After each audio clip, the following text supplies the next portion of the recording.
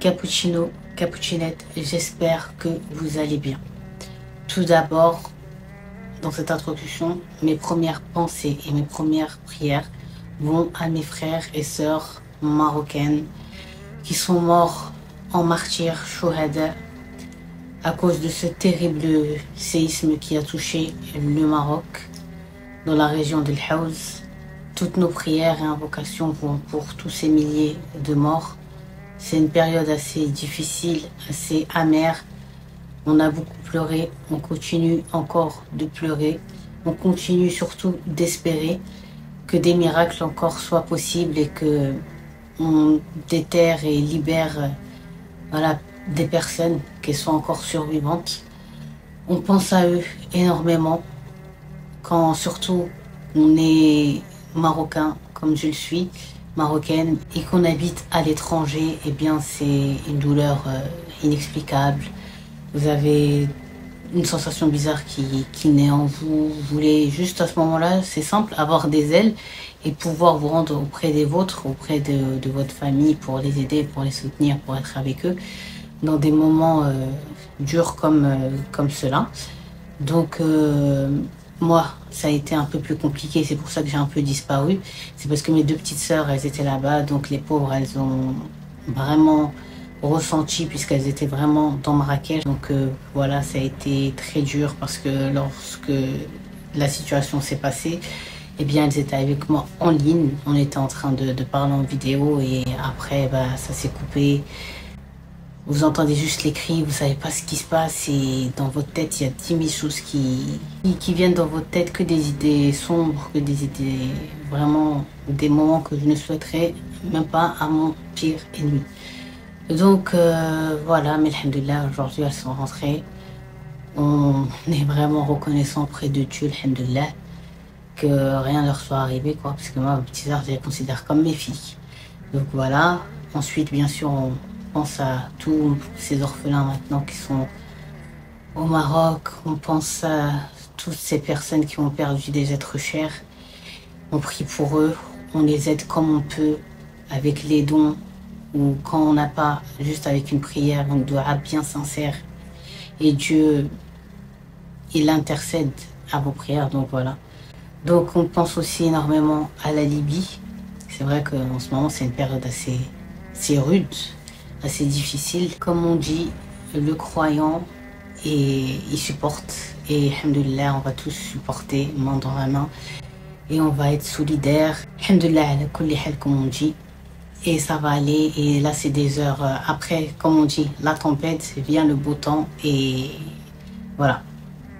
Les beaux jours vont revenir. On va savoir rebondir, Inch'Allah. Et voilà, c'est une épreuve. Et toute épreuve venant de Dieu, eh bien, on lui dit marhaba. Elle est la bienvenue, même si c'est difficile. Alhamdulillah ala kulli hal. Donc, aujourd'hui, je vais vous faire une story time. Désolé, une story time sorcellerie, horreur. Et voilà. J'ai vraiment hâte de vous raconter cette histoire et je voulais juste en profiter pour répondre à un commentaire que j'avais reçu, mais vraiment en vitesse grand V, à savoir, oui, pourquoi t'as pas fait des snaps ou des vidéos où tu pleures. Moi, mon téléphone, quand je veux pleurer, je n'ai pas besoin de le prendre pour pleurer. Dieu, il sait, moi je sais, et j'ai pas besoin de m'afficher avec des pleurs. Depuis qu'il y a eu ce terrible événement, mes réseaux sociaux, surtout Snap et Instagram, sont dédiés juste aux associations, aux adresses de dons, ce qu'il faut et tout ça. Mais je ne prendrai jamais mes réseaux pour pleurer parce que voilà, je ne souhaite pas être dans le show et voilà, je ne me vois pas prendre mon téléphone et être là et pleurer. Donc, alhamdoulilah, on a vécu les moments comme vous les avez vécus. Je reste humaine, je suis personne, hein. Je reste humain et j'ai pas le tic de prendre le téléphone, de m'installer et de pleurer devant. Non, ça je peux pas. Donc voilà, c'est juste pour répondre à cette personne. En tous les cas, pour cette vidéo, il n'y aura pas de hola, ni de VO, ni de Voilà, je vous raconte l'histoire et Inch'Allah khair. J'espère que vous êtes bien installés. Donc cappuccino, cappuccinette, pour cette nouvelle story time sorcellerie, mais vous allez voir que celle-ci comporte quand même des moments d'extrême horreur, je vous emmène. Eh bien, je vous emmène avec moi, Inch'Allah, eh bien, dans un pays que j'ai visité et que j'ai surkiffé, à savoir dans le sultanat de Oman. Mais je vous ramène plus précisément encore eh bien, dans une ville qui s'appelle Salalah. Donc je vous cache pas que quand j'ai entendu et vu le nom de Salalah sur cette histoire, eh bien j'ai un peu frissonné parce que je compte m'y rendre très prochainement. Entre parenthèses, ne calculez pas s'il vous plaît ces 3 doigts sans ongles qui sont super moches, mais c'est parce que comme je suis en train de faire les collectes et tout ça, et bien à force de ranger et tout, bah, ils partent un après les autres. Donc voilà. Donc cappuccino, cappuccinette, on a un homme et bien qui a une fille et qui est marié avec une femme qui est d'origine omanaise. Lui, cet homme en question, il est d'origine yéménite, mais il est installé et a presque toujours vécu eh bien, à Oman, et surtout dans la ville de Salalah. Donc, il vivait une vie tout à fait normale, en compagnie de son épouse et de sa fille, qui à l'époque était encore une petite fille. Donc là, jusqu'à là, tout allait pour le mieux pour ce monsieur et sa petite fille. Ils avaient une vie tout à fait normale. Mais ça, c'était en apparence. Parce que monsieur, du jour au lendemain, il va devoir se rendre très rapidement à l'aéroport, prendre un billet pour le Yémen et laisser sa fille et son épouse à Oman. Il a eu des problèmes qu'il n'a pas voulu plus expliquer que ça, mais il était, dites-vous, obligé de quitter le territoire. Donc, quand il agit comme ça, on suppose peut-être que c'est une altercation. On ne sait quel problème, ça va sortir, on ne sait quel problème, et qu'il a craint pour sa vie et qu'il a dû fuir dans son pays d'origine, à savoir le Yémen. Donc là, son épouse et sa fille restent à Oman, lui il est au Yémen, mais dites-vous que quelques jours seulement après son arrivée au Yémen, le voici, eh bien, marié. Il a pris une deuxième épouse. Donc là, le gars se remarie, mais la femme avec qui il s'est marié, il faut savoir qu'elle a très, et j'exagère pas dans les traits, mauvaise réputation. À savoir que certains disent qu'elle aime ensorceler les gens, qu'elle adore la sorcellerie, se rend chez les sorciers, etc. Et d'autres carrément disent que elle-même c'est une sahara, elle-même est une sorcière. Et donc tous ces gens-là, quand ce monsieur leur dit qu'il a envie de se marier avec Felana, avec un tel, ils vont tous le mettre en garde et lui dire que c'est pas du tout une bonne idée, voilà comment elle est, ce qui se dit sur elle, donc éloigne-toi. Mais lui, il n'en a que faire. Et il va décider, envers et surtout contre tous, de se marier avec cette dame, qui, vous allez voir, va être l'une des pires décisions de vie que cet homme aura prises de toute son existence. Bon là, entre-temps, ses problèmes n'étaient pas encore réglés, et de l'autre côté, sa fille, plus les jours passaient, les mois, les années, et celle-ci grandissait. Et donc arrive le jour où celle-ci va dire à son père, parce que de temps à autre il appelait eh bien, sa fille pour prendre de ses nouvelles, eh bien celle-ci va lui dire: je vais me marier, il y a quelqu'un qui va venir demander ma main, et comme voilà, t'es encore en vie, t'es mon père, il faut qu'il te voie et qu'il demande surtout ma main en ta présence, quoi. Donc là va être prise la décision par la jeune fille de prendre sa mère, la première épouse, son futur époux, et d'aller au Yémen, eh bien chez son père, chez la famille de son père, pour qu'une rencontre entre lui et le futur époux se fasse et qu'il fasse directement un petit mariage là-bas. Donc c'est ce qui a été fait. Et une fois que celle-ci, elle est mariée et qu'elle est super heureuse, elle retourne avec sa mère et son mari maintenant à Oman. Mais au bout de quelques temps, tous les problèmes du père vont finalement être réglés et pourra revenir et peut revenir quand il le souhaite maintenant à Oman et aucun mal ne lui sera fait. Donc lui, comme il avait vraiment toujours un coup de cœur pour Oman et surtout Salalah, il veut plus rester au Yémen et va dire à sa deuxième femme, on va s'installer à Oman. Il faut savoir que de la première, eh bien, au fil des années, ils ont divorcé parce que la première femme ne voulait pas rester dans une situation telle que celle-ci. Donc, une fois qu'il règle tout au Yémen, il prend la décision de rentrer à Oman. Bon, bien sûr, quelques jours avant, il avait avisé sa fille. Celle-ci lui avait trouvé, elle et son mari, un logement pour son père et sa nouvelle épouse. Et voilà, il s'attendait plus qu'il arrive. Donc maintenant, il est revenu à Oman, il était content. Et normalement, cette histoire, elle aurait pu s'arrêter là. Mais vous savez que sur cette chaîne, c'est à partir de ce moment-là, quand tout se passe bien, que tout part en cacahuète. Donc là, les jours, ils passent. Et voilà le jour où la fille de cet homme apprend qu'elle est enceinte. Elle est super heureuse, son mari aussi. Les mois vont donc passer. Sa grossesse, alhamdoulilah, va se passer pour elle au mieux. Et voilà le jour de l'accouchement. Donc celle-ci va mettre au monde une magnifique petite fille qu'elle va appeler Joa. Donc là, Joa, elle est au monde. Elle a, alhamdoulilah, aucun problème de santé. C'est un petit bébé en pleine forme. Elle est toute mignonne comme tout. Et tout le monde est content de cette nouvelle naissance dans la famille. Mais là, c'est là que la concentration, il faut qu'elle soit vraiment assidue de votre part. Puisque c'est à partir de cette naissance-là que tous les événements bizarres et que toute cette histoire qui va nous hérisser les poils va commencer.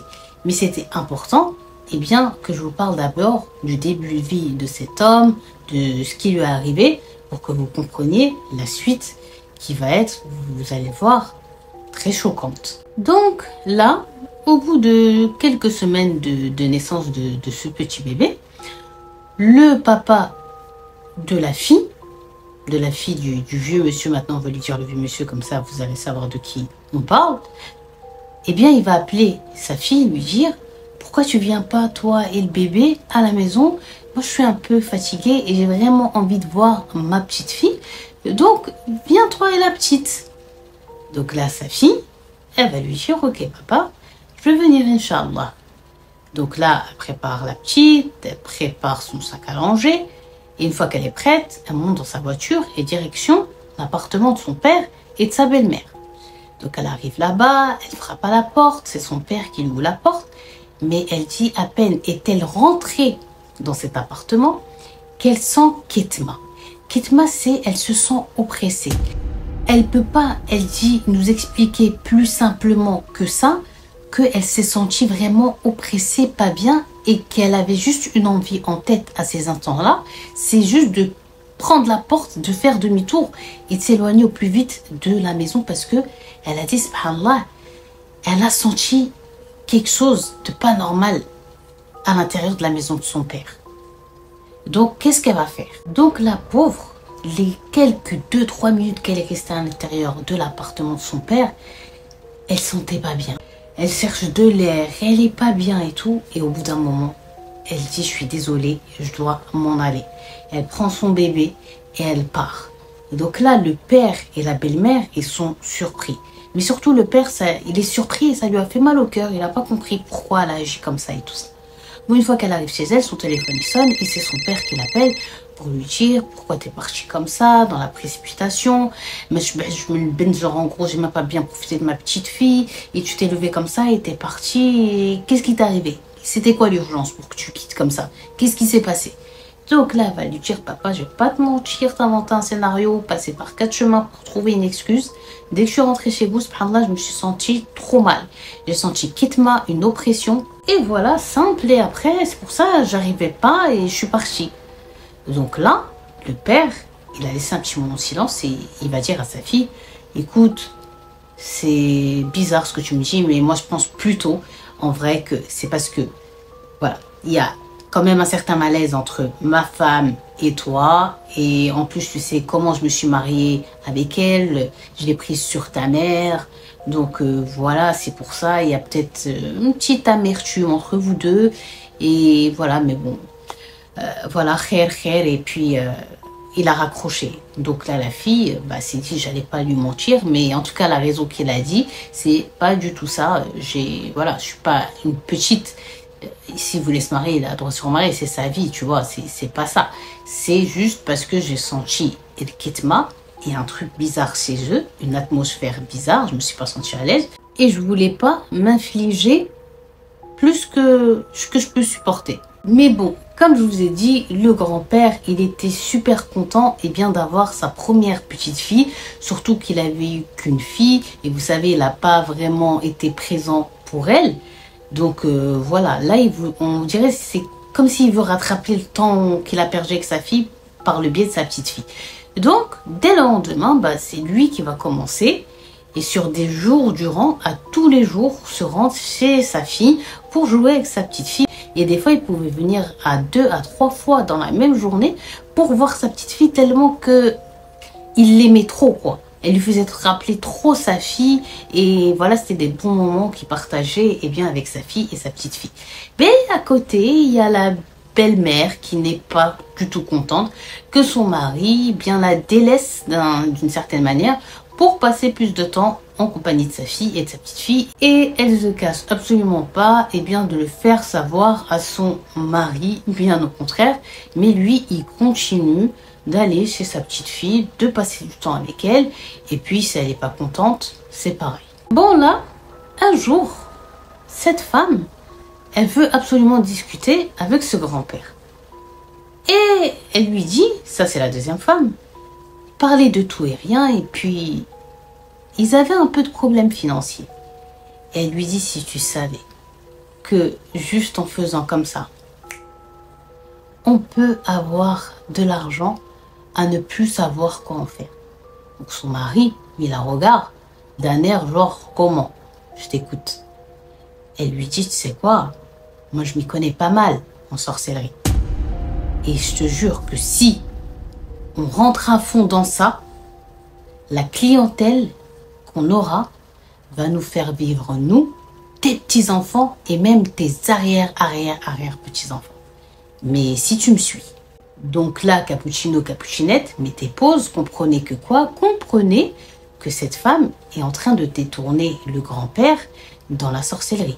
Et il faut savoir que le grand-père, c'était quelqu'un qui était d'une spiritualité, désolé, normale, c'est-à-dire qu'il veut jeûner, il fait l'aumône quand il peut, il fait la prière, ses 5 prières quotidiennes, il lit le Coran, et voilà. Mais elle lui dit ça. Donc là, lui, il est quand même choqué. Parce que elle est censée savoir. Ça fait, elle s'est pas mariée avec elle, ça fait hier.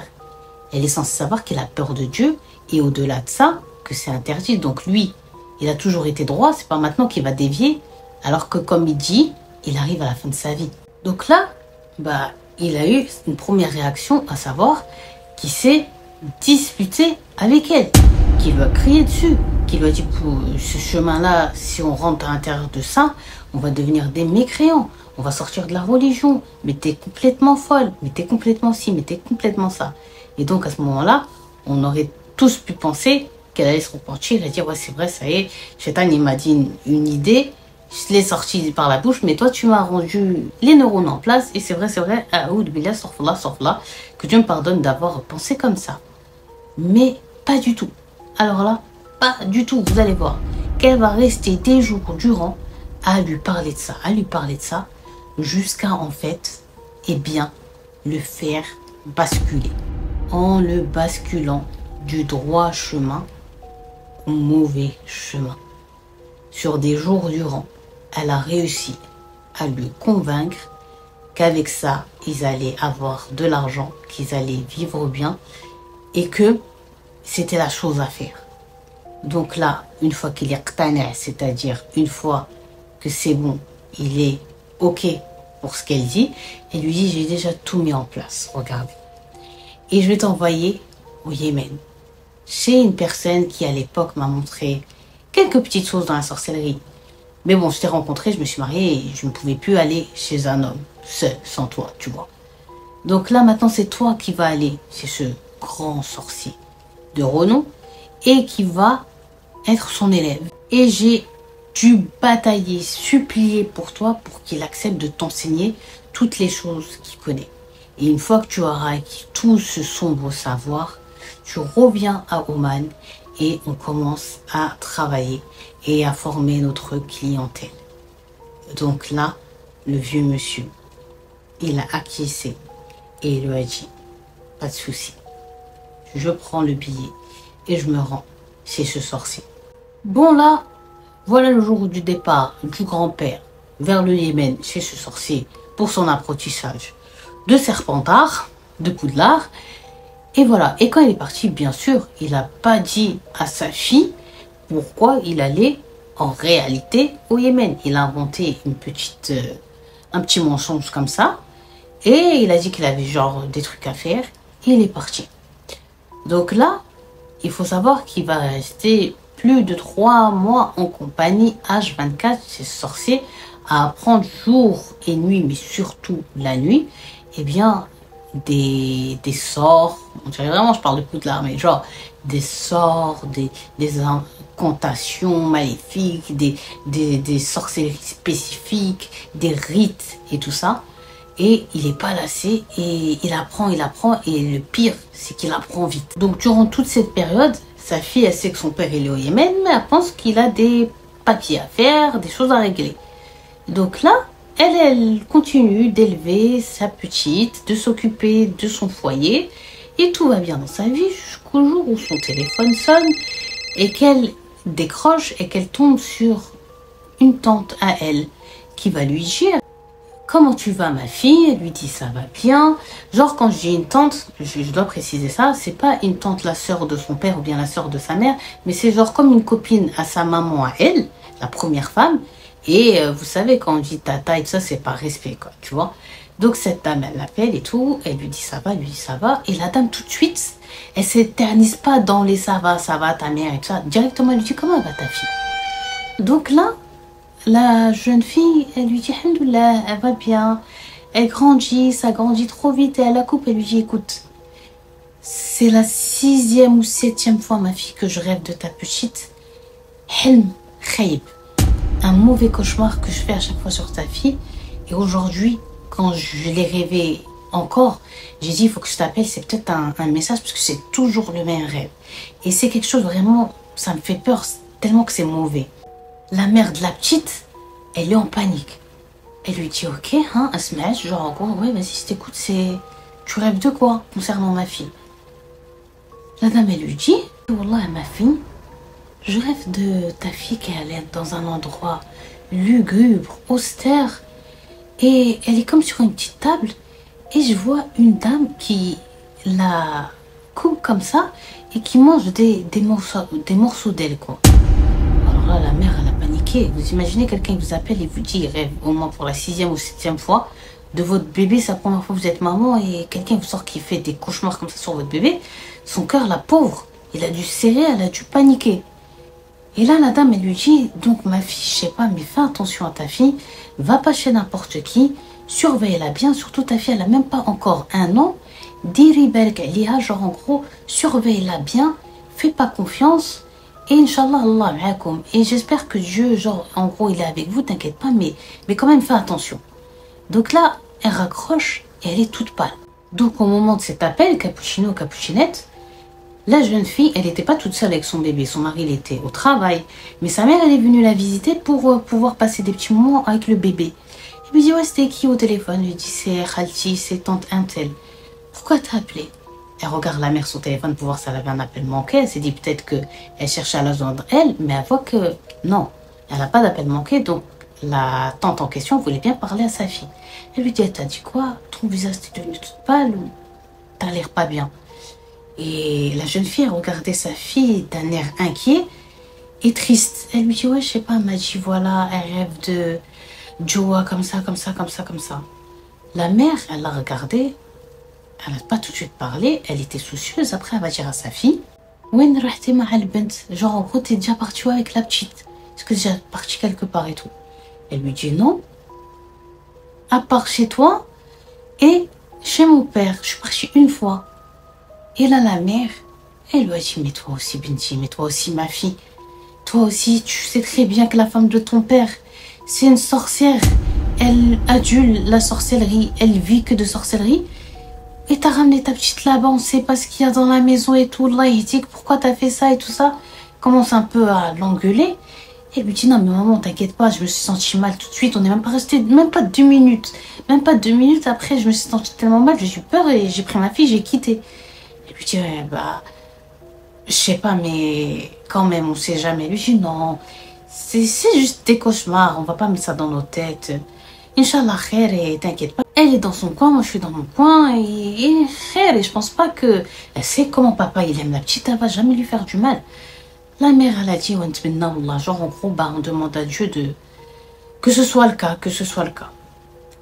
Donc, il ferme le sujet, mais que ce soit la jeune fille ou sa mère, ils sont inquiets, ils ont un peu peur, mais elles veulent pas plus, en fait, être dans un mauvais mood et penser au pire. Bon, là, il se passe ça, tout ça chez la jeune fille. Là, on va au Yémen.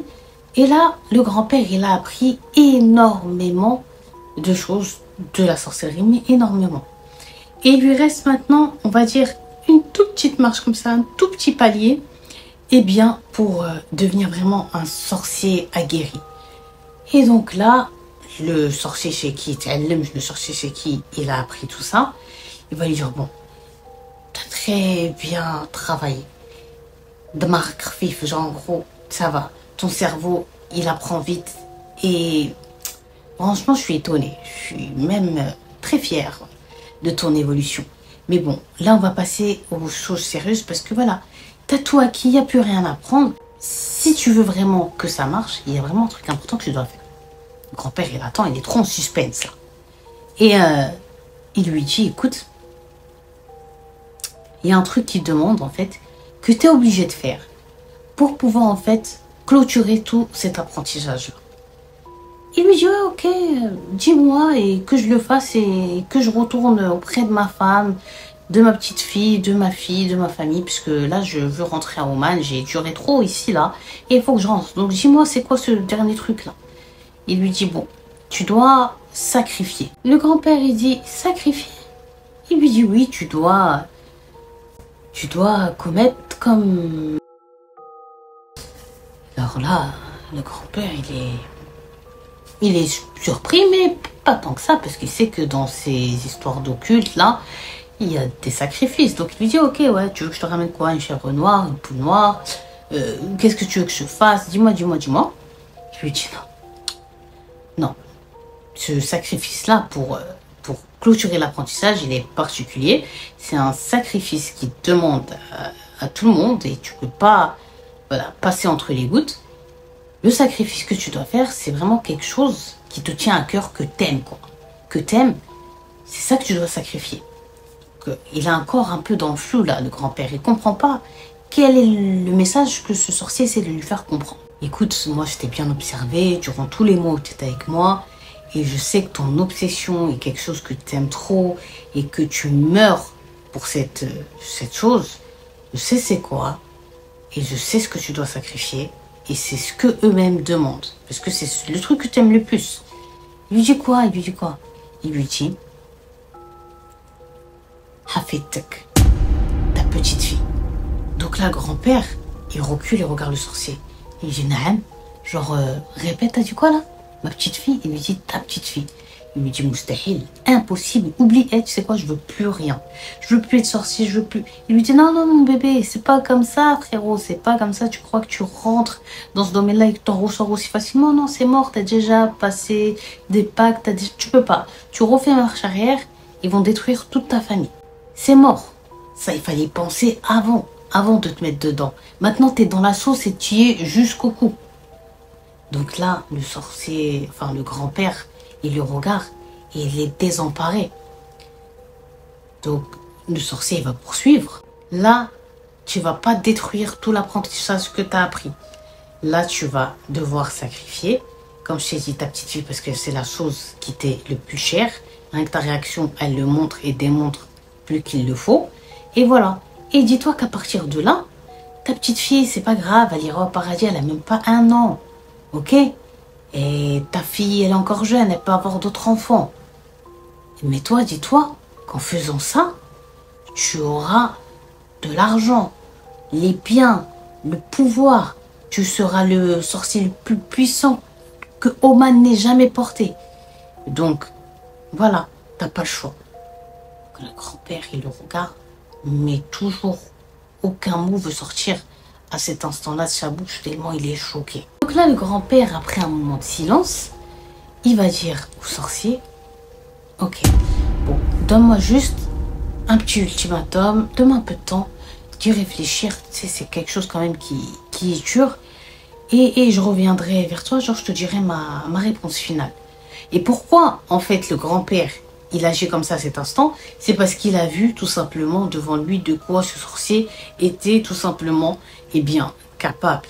Et donc, il en a eu peur, et il en a peur, voilà, pour de vrai.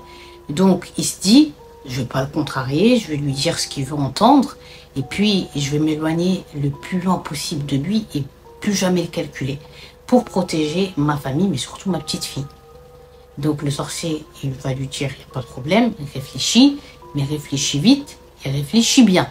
Mais là, au bout de 3-4 jours, avant le lever du soleil, à Salatul Fajr, à la prière du Fajr, voilà le grand-père, puisqu'il était logé et nourri, eh bien, chez ce sorcier, il va se lever, celui-ci est encore endormi, le sorcier, parce qu'il travaille toute la nuit, et il va s'enfuir. Mais avant de s'enfuir, il va prendre le livre dans lequel le sorcier, il lui avait appris beaucoup de choses. Et pourquoi il vole ce livre? Il dit que c'est pas pour apprendre de lui-même, pour après. Il se dit non, il le prend au cas où tout ce qu'il a appris, eh bien, il oublie ou il a des doutes, il aura le livre sous les yeux. Et c'est pas n'importe quel livre. Ce livre, il n'y a pas d'autre exemplaire à part celui-ci. Et c'est un livre très qadim, c'est un livre très vieux. Donc, il le prend et il quitte et direction Oman. Donc là, une fois qu'il arrive à Oman, il va auprès de sa deuxième femme, il lui raconte l'histoire, il lui dit pourquoi t'as agi comme ça et surtout pourquoi t'as pris le livre. Et lui, c'est un grand sorcier, il va nous faire du sale et tout. Lui, il lui a dit, il va rien nous faire du tout. Et voilà, il n'y aura rien. C'est bon, Inch'Allah, il va rien nous faire, t'inquiète même pas. Là, le sorcier, il appelle. Il appelle la deuxième femme. Il lui dit, ouais, tu m'as envoyé ton mari, ce chien, et voilà ce qu'il a fait, voilà ce qu'il a fait. Bref, dans tout ça, je m'en fous. Il veut finir sorcier, il finit sorcier. Il veut pas, moi, je lui ai juste dit que les choses, ça va l'attaquer à lui. Mais bref, je m'en fous. Dans tout ça, c'est sa sauce, et voilà. Je veux rien savoir. Moi, là, ce que je veux savoir, c'est, il est où mon livre?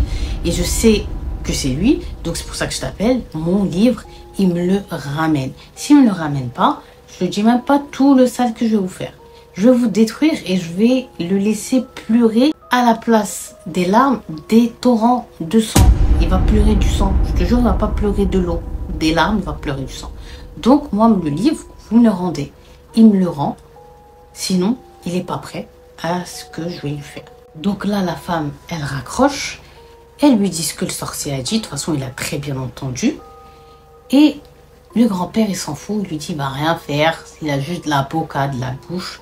Moi, je bouge pas. Je reste là. Et voilà. Il se débrouille. Genre, en gros, je m'en fous de sa vie, ça y est. Fin. Donc là, au bout de quelques temps, eh bien, la vie de ce grand-père, mais surtout celle de sa fille et de sa petite-fille, vont basculer dans un cauchemar sans nom. Donc là, au bout de quelques semaines après ce retour durant nos 2 mains à vitesse grand V du grand-père à Oman, sa fille est avec son mari chez eux et du bébé. Et là, ils ont dîné, tout se passait bien. Elle a donné à manger à la petite. La petite s'est endormie, elle l'a mis dans son lit, elle a regardé un film avec son mari, ils ont fini le film très tard, et donc ils vont à leur tour aller dormir. Et puis là, la fille, aux alentours de 3 heures du matin, elle va subitement être réveillée par les pleurs de son bébé. Donc directement, elle va se lever et courir à la chambre de sa fille. Sauf que quand elle arrive à l'intérieur de celle-ci, eh bien le bébé est endormi. Donc là, elle a dit, c'est peut-être mon imagination. Alors que quand elle venait de sa chambre à celle de sa fille, dans le couloir, elle l'entendait pleurer. Donc, elle s'est dit, elle a jeté un petit coup d'œil à son bébé. Elle était paisiblement en train de dormir et donc elle va retourner à son lit. Elle se remet sous la couette, elle s'apprête à s'endormir quand une deuxième fois, son bébé pleure de plus belle. Donc là, quand elle est retournée la deuxième fois auprès de sa fille et qu'elle a vu que celle-ci était toujours endormie, la maman, quand même, elle a commencé un peu à avoir des questions dans la tête, à paniquer et à se dire, bon, tu sais quoi, de toute façon, ma fille, elle est encore petite, je vais la prendre et je vais la faire dormir avec moi, Inch'Allah, dans la chambre. Parce qu'elle n'arrivait pas à s'expliquer les pleurs qu'elle entend et quand elle arrive, le bébé, il dort et elle n'a même pas genre des traces de larmes, chiché, ni rien du tout. Elle dort. Donc elle la prend de son lit, elle va avec elle s'endormir dans la chambre et tout le restant de la nuit, alhamdoulilah, rien ne s'est passé. Donc le matin, elle va se lever, elle fait le petit déjeuner à son mari, il déjeune, il part au travail, elle va aller faire les ablutions et faire sa prière. Donc avant qu'elle aille faire sa prière, elle dépose son bébé dans le lit de celle-ci, de la petite fille de Djoua, dans sa chambre à elle, et elle fait la prière. Et donc, quand elle finit de faire la prière, elle dit, je vais aller jeter un coup d'œil à la petite. Mais là, quand elle arrive dans la chambre, elle regarde dans la chambre, elle regarde dans le lit, le bébé, il n'est pas là. Sauf que la petite, elle est encore bien petite pour descendre d'elle-même de son lit, et marcher, elle marche pas, c'est encore un bébé. Donc là, la pauvre, elle est en panique, elle n'est pas bien. Et elle a regardé comme ça dans la chambre, à voir dans un coin de la chambre, un chat noir, Mohadi, pas normal, qui la regarde avec un regard, a'oudou billah, extrêmement apeurant. Ça se voit que ce chat-là, il est trop mauvais. Et que c'est pas vraiment en fait un chat. Donc Miskina, la maman, elle a tellement eu peur, elle savait tellement pas quoi faire, surtout, elle sait même pas où elle est sa fille, elle ne comprend pas cet épisode du chat, parce qu'eux, ils ont aucun animal domestique à la maison.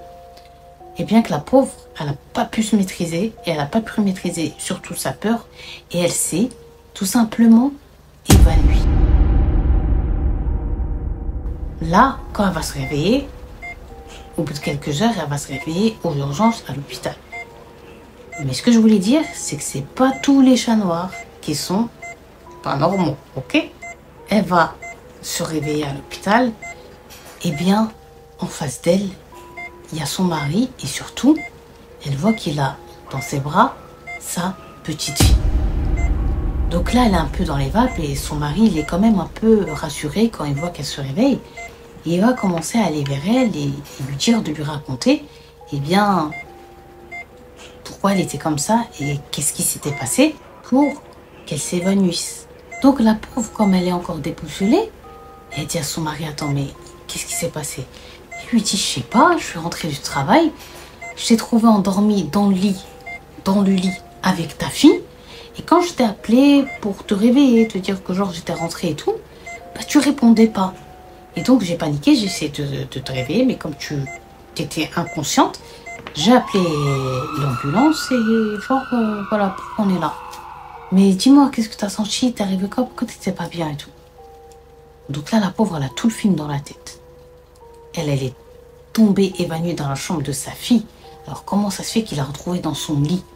Sa fille, elle était pas là. Comment ça se fait que sa fille l'a trouvée à côté d'elle dans le lit? Donc elle était pas bien.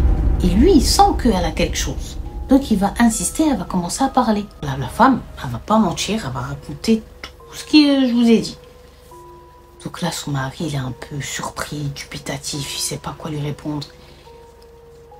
Pour lui, dans sa tête, tout simplement, hein, il se dit qu'elle elle a peut-être imaginé, son imagination lui joue des tours, mais ce qu'elle est en train de dire, c'est absolument pas cohérent. Mais bon, il lui dit t'inquiète pas, Inch'Allah khair, et je demande à Dieu, Inch'Allah, de te protéger et de protéger, Inch'Allah, notre bébé. Et khair, khair, t'inquiète pas, il n'y aura rien, Inch'Allah. Elle lui a dit ok, Inch'Allah, peut-être, peut-être. Et ils ont arrêté là. Mais après ça, la jeune fille, tous les jours, capuchino, capuchinette, tous les soirs, elle fait le même cauchemar. De même cauchemar, c'est plus français. Genre, elle fait, soit elle voit quelqu'un qui prend sa fille et qui court avec elle, et elle n'arrive pas à les rattraper, ou soit elle rêve des rêves concernant son père, comme quoi il se mange des menaces, que quelqu'un est en train de le prévenir, que cette personne elle est de dos, et c'est pas c'est qui, mais genre en gros, on dirait que c'est beaucoup d'avertissements en direction de son père. Donc là, à chaque fois qu'elle se réveille de ces cauchemars-là, elle n'est pas bien, elle est en transpiration, elle a peur, elle ne sait pas quoi faire, et ça commence à faire trop pour elle. Donc une énième fois encore à faire le cauchemar, mais encore sur son père, et elle va se réveiller de cette sieste, elle va dire non. Elle prend son téléphone portable, elle appelle son père. Il lui dit salam alaikum, elle dit alaikum salam, écoute, je ne vais pas passer par quel chemin. Papa, tu fais quoi? Papa, qu'est-ce que tu as fait? Papa, est-ce que tu fais quelque chose qui n'est pas bien? Dis-moi, est-ce que tu as des problèmes et tout ça? Le père, genre, elle lui a parlé directement comme ça. Il n'a pas compris, il lui dit comment ça? Donc il lui dit, je sais pas papa, je fais des rêves bizarres sur toi. Voilà, voilà, voilà. Et je sais pas, mais j'ai l'impression que c'est comme un avertissement et que ça passe par moi pour que je te dise, dis-moi s'il y a un problème. Il se passe quoi? Donc là, le père, il savait très bien pourquoi sa fille faisait ces cauchemars-là. Il savait ça parfaitement bien. Pourquoi sa fille faisait ces cauchemars-là. Mais il n'a pas pu bien lui dire tout simplement. Il va pas lui dire, oh parce que j'apprends la sorcellerie, j'ai fait ça, j'ai fait ci. Il a fait comme s'il n'avait plus de réseau, il entendait mal et il l'a raccroché. Mais sa fille quand même, à savoir à comment il a esquivé les questions et surtout, il n'y a jamais eu de problème. Et là où vous habitez, il y a du réseau. Et là où je suis, il y a du réseau, là ça se coupe. Genre, tu crois que je suis née hier? Elle a senti que son père, il avait fait une dinguerie. Mais quelle était la dinguerie qu'il avait fait ou dans laquelle il était et qui causait ces cauchemars-là? Pour elle encore, c'était Allah alam, seul Dieu savait. Mais elle était maintenant sûre qu'il y avait un problème. Donc là, dans l'histoire, on a commencé avec la naissance de ce bébé, toutes les choses que ça engendre derrière. Et maintenant, on est à l'âge où Joua, le petit bébé, la petite fille, et là, on a, elle commence un peu à habou, c'est-à-dire à marcher, à être à quatre pattes, etc. Vous voyez comment on a avancé. Et durant toute cette période-là, excusez-moi, ouf, il est chaud. Durant toute cette période-là, eh bien, la mère continuait à avoir ses cauchemars de manière continue. Et le grand-père n'avait toujours pas dit qu'il en était la cause. Et surtout, le grand-père n'avait toujours pas rendu ce fameux livre au sorcier. Et dans sa tête, il pensait que le sorcier, ça y est, il avait perdu espoir. Et que cette histoire, elle allait s'arrêter là et qu'il allait avoir, eh bien, aucune répercussion. Donc là, un soir, la jeune fille, la maman de Joua, elle est dans la cuisine en train de préparer le dîner. Son mari va pas tarder à rentrer du travail. Et donc, elle a laissé son bébé sur les tapis, vous savez, les tapis des enfants, quand on leur met les Lego, les petites poupées, les jeux, etc. etc. Et le salon, il n'est pas loin de la cuisine. Donc, à chaque fois, elle jette tac-tac des coups d'œil. Il y a la télé avec le dessin animé des enfants. Et tout se passe bien. À chaque fois qu'elle regarde, sa petite, elle est en train de jouer ou bien regarder la télé. Et les bébés, comment ils font. Mais à un moment donné, quand on va jeter un coup d'œil, elle va voir la petite. Qu'elle n'est plus là. Qu'elle n'est plus là où elle a laissé sur le tapis des jouets. Et à cet âge-là, sa petite, machallah, elle bougeait beaucoup. Donc, elle s'est dit, tiens, elle est partie s'aventurer dans une pièce et je vais aller voir où elle est avant qu'elle fasse une bêtise ou qu'elle soit en danger, elle peut avaler quelque chose, bref, vous savez. Et elle arrive à la chambre de la petite fille. Et elle va trouver sa petite fille là-bas, qui était comme ça, genre, appuyé sur le lit et qui regarde sa mère comme ça, qui lui sourit. Et à un moment donné, son visage il change au bébé. Et elle commence à parler. Mais là, elle était à l'âge où elle parlait pas cappuccino, cappuccinette. Les seuls mots qu'elle disait, c'était papa, maman. Et après, les trucs des enfants, les gazouillis, quoi. Les classiques. Mais là, la mère, elle dit, sa fille, ce qui sortait de sa bouche, on dirait c'était des paroles, mais des paroles incomprises. Mais elle arrivait à détecter chaque huruf, c'est-à-dire chaque lettre, chaque voyelle, chaque son, ça formait un mot bizarre, mais un mot. Et sa fille, elle avait jamais fait des gazouillis ou des bruitages comme ça avec sa bouche. Donc là, elle a dit, elle la regarde. Il n'y avait pas de pause, quoi. Les mots, ils sortaient d'une manière très fluide, mais des mots qu'elle n'avait jamais entendus et qui étaient incompréhensibles.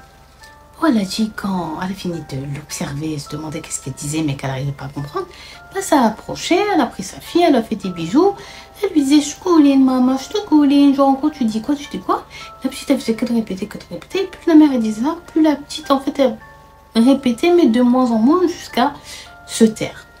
Donc, quand elle s'est tue, bah, sa maman, elle l'a reposée dans la chambre, elle lui a remis un tapis, elle lui a remis des jouets, et elle l'a laissée là. Elle s'est dit peut-être qu'elle en a marre du salon, elle veut jouer dans sa chambre. Et elle est repartie, elle ressort de la chambre, cette femme. Sauf que là, quand elle arrive au salon, elle bloque, elle s'arrête. Pourquoi? Tout simplement parce qu'elle voit sa fille qui est en train de jouer et qui la regarde et qui sourit. Donc là, la mère, elle a paniqué. Elle est restée comme ça, à regarder le salon et la chambre, et à se demander qui des deux est sa véritable fille. Et à paniquer, parce que à l'heure actuelle, il y a quelque chose qui n'est pas humain dans sa maison. Et donc elle a tellement paniqué et tellement eu peur que de nouveau, elle s'est évanouie. Elle a perdu connaissance. Donc là, le mari rentre du travail et découvre sa femme évanouie, la petite toute seule. Et voilà. Donc, il réveille sa femme. Sa femme, Miskina, elle se réveille, il lui ramène de l'eau, il prend son bébé et il lui dit qu'est-ce qui se passe, il t'est arrivé quoi et tout. Donc là, elle lui raconte. Alors là, l'homme, il a paniqué. Son mari lui a dit, waouh, la hawla wa la quwwata illa billah, mais tu crois c'est dû à quoi? C'est quoi cette dinguerie qui nous arrive? Parce que le mari, aussi, il veut pas dire à sa femme, mais dans la nuit, il entend des choses. Mais voilà, il dit à Doubla, il dit tout de suite, lui, ça s'est arrêté, quoi. Donc là, il sait qu'il y a quelque chose de grave. Donc là, sa femme, elle lui dit, écoute, demain, absolument, il faut que tu me gardes la petite. Je vais aller voir mon père. Donc là, il comprend pas, son mari lui dit, ouais, ton père, pourquoi, c'est quoi le rapport? Elle, ce qu'il faut que vous sachiez, c'est qu'elle avait pas dit à son mari qu'elle faisait les cauchemars qui visaient aussi son père. Et elle disait toujours que je rêve que de la petite dans telle circonstance, mais elle ne lui a jamais dit qu'elle rêvait son père. Pourquoi? Parce qu'elle ne savait pas pourquoi elle le rêvait encore et donc elle ne voulait pas en parler à son mari. Mais elle savait pourquoi elle voulait laisser son père, parce que dans sa tête, ça y est, elle est sûre que c'est à cause de lui qu'il y a tout ça. Donc arrive le lendemain matin, elle prend sa voiture, elle va chez son père, elle arrive à l'intérieur de leur appartement, elle a encore la même sensation, mais elle appuie sur son œuf, c'est-à-dire qu'elle s'oblige à rester.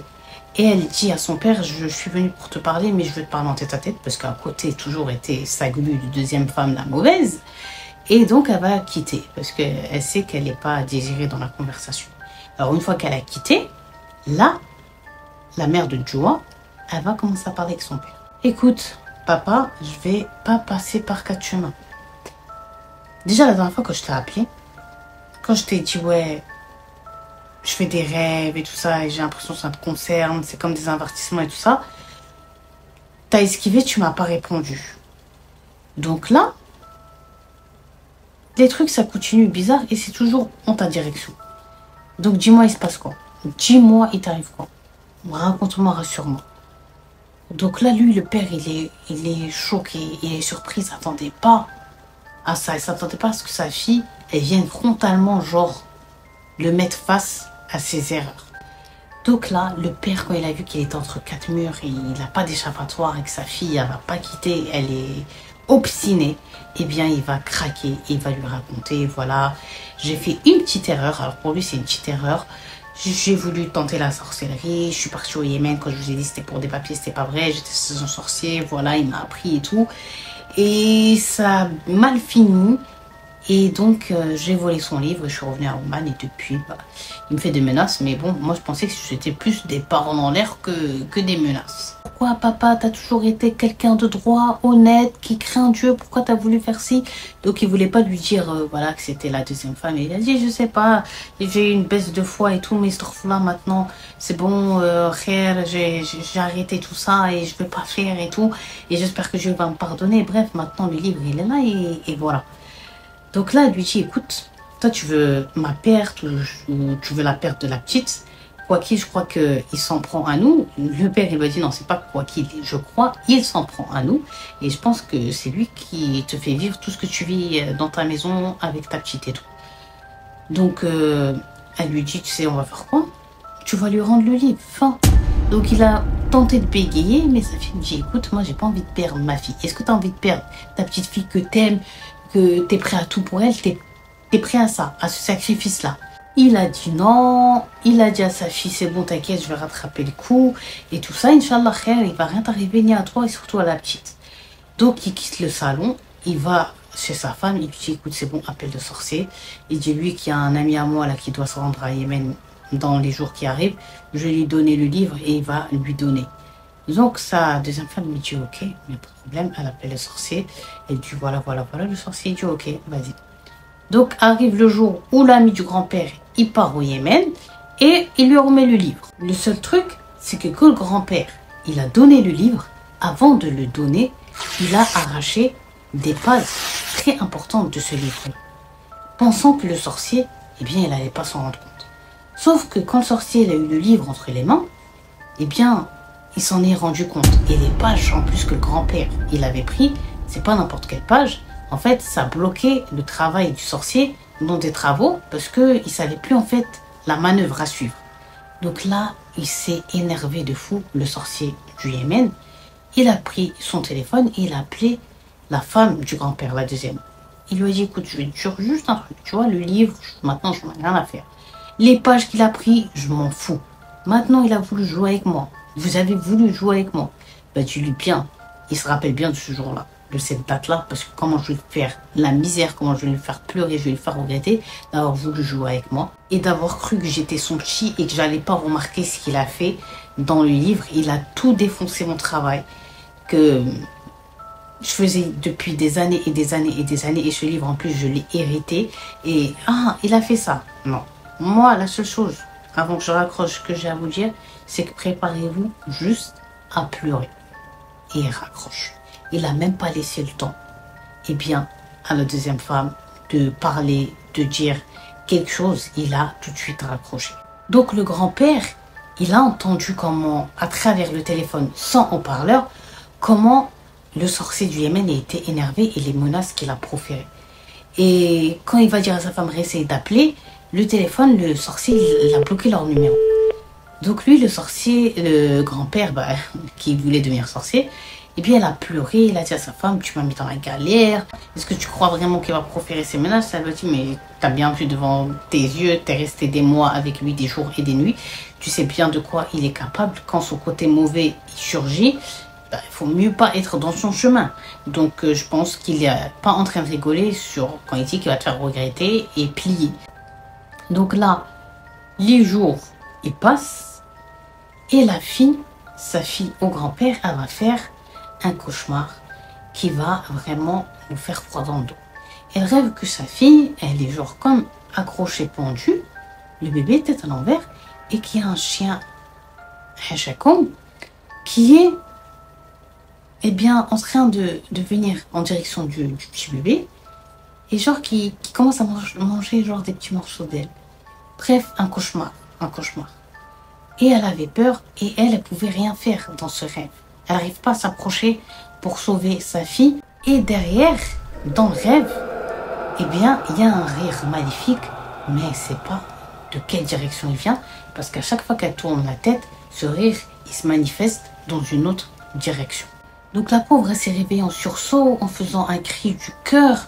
Elle avait les larmes, elle transpirait, elle n'était pas bien. Son mari, il s'est levé en sursaut, il a commencé à réciter le Coran, il allume la lumière, il dit « il y a quoi ?» Elle lui raconte le rêve. Il lui dit « non, Inch'Allah, un rêve, viens si tu veux, on va voir la petite. » Et il prend sa femme par la main, elle tremble la tête aux pieds, elle n'est pas bien, elle pleure. Et ils ouvrent la porte de la chambre de la petite, ils allument la lumière, ils vont au lit et ils regardent dans le berceau, la petite elle n'est pas là. Donc là, le mari regarde sa femme, il commence à pleurer, elle regarde son mari, il pleure, ils sont désemparés, on est en pleine nuit, la petite, elle n'a pas la hauteur d'ouvrir une porte, elle a bu partir où? Surtout qu'eux, la porte, ils la ferment à clé quand c'est le soir. Donc là, ils marchent dans l'appartement, ils cherchent partout, partout. Ils ont laissé aucun recoin de leur appartement. La petite, elle est cappuccino, cappuccinette, les genre j'ai des larmes, j'ai des frissons. Elle est introuvable. Voilà, elle prend son téléphone, elle appelle son père, elle le réveille en pleine nuit. Elle s'y reprend plusieurs fois avant qu'il se réveille et qu'il décroche. Alors que c'est à cause de lui. Donc là, il répond, il est endormi encore, il lui dit oui, qu'est-ce qu'il y a ma fille, ça va? Papa, voilà. Direct là, il s'est réveillé dès qu'il a entendu Choual, on la trouve pas, elle a disparu. Le père, il a dit j'arrive tout de suite, il raccroche. Donc le grand-père, par rapport à sa fille là où il habitait, c'était un peu loin. Il lui fallait genre 30 minutes en voiture avant d'arriver chez sa fille. Et là, il arrive et il trouve toujours que c'est la catastrophe dans l'appartement, que la petite, elle est toujours portée disparue. Subhanallah, dans l'appartement. En plus, ils habitent dans un immeuble, ils habitent en étage, donc c'est un bébé, tu vois. Et là, la pauvre, elle est pas bien. Ils sont tous pas bien. Donc là, le grand-père, avec le père, ils prennent un numéro de téléphone, ils appellent quelqu'un qui est un peu bien calé, tu vois, religieusement parlant. Ils lui expliquent toute la situation. Donc la personne au téléphone, alors j'ai écouté, je connais un cheikh, un imam, très bien, il a de l'expérience dans ça, et il n'y a que lui, Inch'Allah, je pense qu'il peut vous aider, Inch'Allah, Ya Rabbi, pour que vous trouviez votre petite. Il envoie le numéro de téléphone, il leur a dit, ok, je vais faire plus vite. Mais quand même, il a tardé, parce qu'il travaille beaucoup, il a mis genre 3 heures avant d'arriver chez la petite Joua.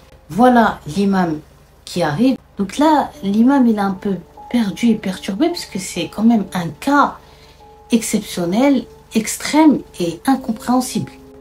Il va leur dire, restez assis au salon, moi je vais aller dans la chambre. Je vais essayer de faire tout mon possible, Inch'Allah. Je vais réciter à fond, je vais essayer, je sais pas, de faire quelque chose, ou Inch'Allah on verra le khir. Ils ont dit ok, ils sont restés au salon et l'imam il va dans la chambre. Et il commence à réciter et en même temps aussi il parle comme s'il parlait à quelqu'un, tu vois, dans la chambre et tout ça. Bon, il va rester plus d'1 heure. Au bout de ce temps-là, il ressort vers eux, il est fatigué. Et il dit au grand-père, écoute, la seule solution là, il faut que tu appelles le sorcier avec qui tu as travaillé et que tu lui demandes où elle est la petite. Tu lui demandes aussi d'ouvrir la sorcellerie qu'il a fait sur la petite. Parce que moi, si je le fais, je sais pas ça va être quoi la conséquence. Et celui qui l'a fait, c'est toujours mieux si lui, il l'ouvre, quoi. Parce que, je sais pas, j'ai jamais vu ça. Donc là, le grand-père, il va dire, pas de problème. Il prend son téléphone et il appelle le sorcier. Il lui dit, voilà ce qu'on a. Et le sorcier va rigoler, il dit, ouais, mais ça, tu crois que tu m'apprends quelque chose là ou pas? Je suis au courant, je sais qu'elle a disparu, je sais que vous la trouvez pas, et si j'ai un conseil vraiment amical à vous donner, oubliez-la. C'est mieux que vous l'oubliez, vous faites comme si elle n'avait jamais existé et vous continuez à poursuivre votre vie comme si elle n'avait jamais été en votre présence. Donc là, le grand-père, il est en haut-parleur, l'imam est choqué, les parents, ils sont désemparés, le grand-père, il a plus les mots. Je peux faire une exception. Alors là, ils sont tous pendus à ses lèvres, ce qu'il va dire. Et là, le sorcier dit, je peux te pardonner à condition que tu me ramènes les pages du livre que tu as arraché, mais tu les ramènes, tu viens seul et tu me les ramènes directement en main propre. C'est pas tu me les envoies et tout. Et après, j'ouvrirai la sorcellerie que j'ai vue. Inch'Allah, votre petite fille, je vous la rendrai. Mais sans ça, oublie. Donc là, le grand-père, il va même pas réfléchir. Il va partir en vitesse grand V, direction le Yémen avec les pages qu'il avait arrachées en sa possession. Concernant les parents du bébé, les pauvres, ils étaient en panique. Ils ne savaient pas quoi faire. Ils ne savaient pas comment agir. Ils étaient fatigués. Ils étaient tellement meurtris et désemparés que les deux en même temps, ils se sont endormis. Mais le pire pour ses parents, c'est déjà quand vite fait on perd de vue nos enfants, on est en panique. Et là, eux, leur fille, elle a disparu dans la nuit, dans la maison. Elle ne peut pas partir, elle peut pas marcher toute seule, elle peut pas s'enfuir. C'est pas quelqu'un qui est rentré chez eux. Mais tu sais et tu es conscient que ta fille, elle est disparue. Et elle a disparu où? Dans genre l'autre monde, le monde invisible, le monde occulte. Donc ça devait être une peur indescriptible. Et c'est pour ça les pauvres, ils étaient vraiment des serpillères à ce moment-là. Ils étaient plus eux-mêmes. Et là, Cappuccino est en pleine nuit. Les parents, ils sont encore endormis. Ils sont pas bien. T'entends leur respiration, les pleurs. Ils dorment, mais ils pleurent en même temps pour leur petite. Et à un moment donné, les deux vont se réveiller en sursaut. Pourquoi? Parce qu'ils vont entendre de la chambre de la petite qui pue. Donc ils se lèvent les deux en même temps. Ils se regardent, ils sont choqués. Ils courent dans la direction de la chambre de la petite. Ils rentrent à l'intérieur, la trouve dans son lit, la pleure, qui était en train de pleurer. Donc là, les parents, ils vont devenir fous. Elle était où? Et elle revient d'où? Donc là, la fille, elle se dit, attends, si elle est là, c'est que mon père, ça y est, il est chez le sorcier. Elle prend son téléphone, elle appelle son père. Elle lui dit, papa, ça y est, la petite, elle est là et tout ça, elle pleure. Il lui dit, t'es sûr, c'est bon? Elle lui dit, ouais, elle est là. Elle lui dit, et toi, il t'arrive quoi? T'es où? Tu reviens quand? Il lui dit, l'important, c'est la petite. Elle est là, je l'entends, ne t'occupe pas de moi. T'inquiète pas, ça va aller. Et il raccroche alors que sa fille, elle est en train de lui dire, rentre, c'est bon, j'ai peur qu'il te fasse de mal, j'ai peur qu'il t'arrive quelque chose, etc., etc. Mais le grand-père, il a raccroché. Bon, les parents, ils sont rassurés, ils prennent leur fille, ils en reviennent pas. Elle réessaye d'appeler son père, mais il décroche pas. Et au bout d'un moment donné, c'est comme s'il a éteint son téléphone. Et là, le grand-père va plus avoir de nouvelles de lui durant plus de 2 mois. Pendant 2 mois, personne de sa famille ne savait qu'est-ce qui lui était arrivé. Donc là, ils sont vraiment dans un état de peur, ils sont dans l'inquiétude, ils savent pas il lui est arrivé quoi, ils se demandent est-ce le sorcier a commis contre le grand-père un crime, est-ce que le grand-père il est trop honteux de ce qu'il a fait, de ce qu'il a provoqué, pour leur répondre et revenir à Oman. Ils font 10 000 hypothèses dans leur tête, ils ont peur qu'il lui ait fait un grand mal, mais ils n'auront aucune réponse à toutes leurs questions durant des mois. Mais là, au bout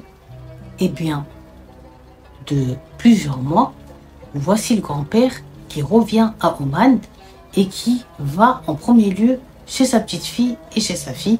Et quand la fille, elle ouvre la porte, elle ne reconnaît pas son père. Son père, il avait complètement changé. Son visage, il était plus sombre, il était éclairci. Son père, en fait, il avait Teb, c'est-à-dire son père était repenti, mais il était resté au Yémen pour, se retrouver avec lui-même, faire un repenti sincère, etc. Donc la première personne qui voulait demander pardon, c'était sa fille, sa petite fille, son gendre, pour tout ce qu'il avait fait subir et tout ce qui avait mené à cette catastrophe, à cette disparition de sa petite fille, qu'il avait regretté son geste, qu'il avait réglé les histoires avec le sorcier, des pactes qu'il avait fait, et qu'aujourd'hui, alhamdoulilah, il est revenu sur le droit chemin, et que, il voulait qu'il lui dise quand même de vive voix qu'il lui pardonnait. Donc la fille a pardonné son père, le gendre, même la grand-mère, la première femme, et voilà. Et concernant sa deuxième femme, il s'était installé sans la divorcer chez sa fille. Elle avait appris ça, donc elle était encore plus enragée. Mais un jour, il va lui arriver un très grave accident de voiture à cette deuxième femme-là. Et cet accident de voiture, il va tout simplement la broyer. Ils disent, ils ne peuvent même pas expliquer l'état dans lequel était son corps et la voiture. C'est quelque chose, ils n'arrivent pas à comprendre. Donc ils ne savent pas s'ils mettent ça en lien avec le sorcier, il s'est vengé, voilà, sur elle, comme ça, ou quelque chose. Mais en tout cas, sa mort, elle était grave pas naturelle et l'état de son corps l'était encore moins. À partir du moment où elle aussi avait disparu de manière totale de la vie, et bien de ces personnes-là, en fait, leur vie, ils n'ont plus jamais eu de problème. Donc c'est pour ça qu'ils savaient que c'est le lien de tous ces malheurs. De toute façon, c'est la tête pensante de tout ça. La perte du grand-père, de la fille, de la petite fille, tout. Eh bien, c'était cette femme-là. Donc, tout le monde qui connaît cette histoire a dit que la fin qu'elle a eue, c'était tous les péchés qu'elle avait commis, c'était sa punition. Et le fait que ce soit terminé avec elle, c'était bien, genre, en gros, elle, voilà, qui était la cause de tous les malheurs qu'ils ont eu. Donc, à partir de là, ils ont vécu totalement normal. Il n'y a plus jamais d'épisode bizarre. Bon, la petite, elle était trop petite, comme elle dit la fille, pour lui dire quand tu avais disparu, t'étais où et tout ça. Le bébé, elle entendra cette histoire. Elle saura que ça lui est arrivé, mais elle ne saura pas dire ce qu'elle a vu, ce qu'elle a vécu, où elle était, etc. Donc, quelques jours quand même après, l'imam est venu à la maison, il a fait ruqya à toute la famille, il a ruqya toute la famille, la maison. Et tout ça, alhamdoulilah, voilà, ils vivent maintenant très très bien. Et cette histoire, aussi bien qu'ils essayent de la laisser derrière eux, ils l'ont vécue. Donc, elle voulait le partager. Et surtout, pourquoi le partager? C'est pour les gens qui, comme son grand-père, veulent apprendre la sorcellerie. Il faut savoir que quand tu fais la sorcellerie, pour emprunter ce chemin, c'est extrêmement facile. Mais pour s'en sortir, pour faire machine arrière, les conséquences, elles sont super, super graves. Surtout pour l'entourage et après pour toi-même, sache-le. Et qu'il vaut mieux pas, en fait, vouloir emprunter ce chemin. Donc voilà, cappuccino, cappuccinette pour cette story time sorcellerie avec de l'horreur. Comme je vous avais dit, j'espère que vous avez aimé cette vidéo. Je vous invite à écrire en commentaire le mot Libye et le mot Maroc. Soyons unis, soyons tous forts, soyons surtout, malgré que c'est difficile, positifs pour qu'on reste fort et Inch'Allah que cette épreuve, on la surmonte. Et on sera, Inch'Allah, surmonté parce que Dieu, il va nous y aider, Inch'Allah. Comme on dit, avant que Dieu ferme une porte, il en ouvre toujours une autre. Et voilà, j'espère en tout cas que vous avez kiffé cette histoire. Je vous dis à très très vite, Inch'Allah.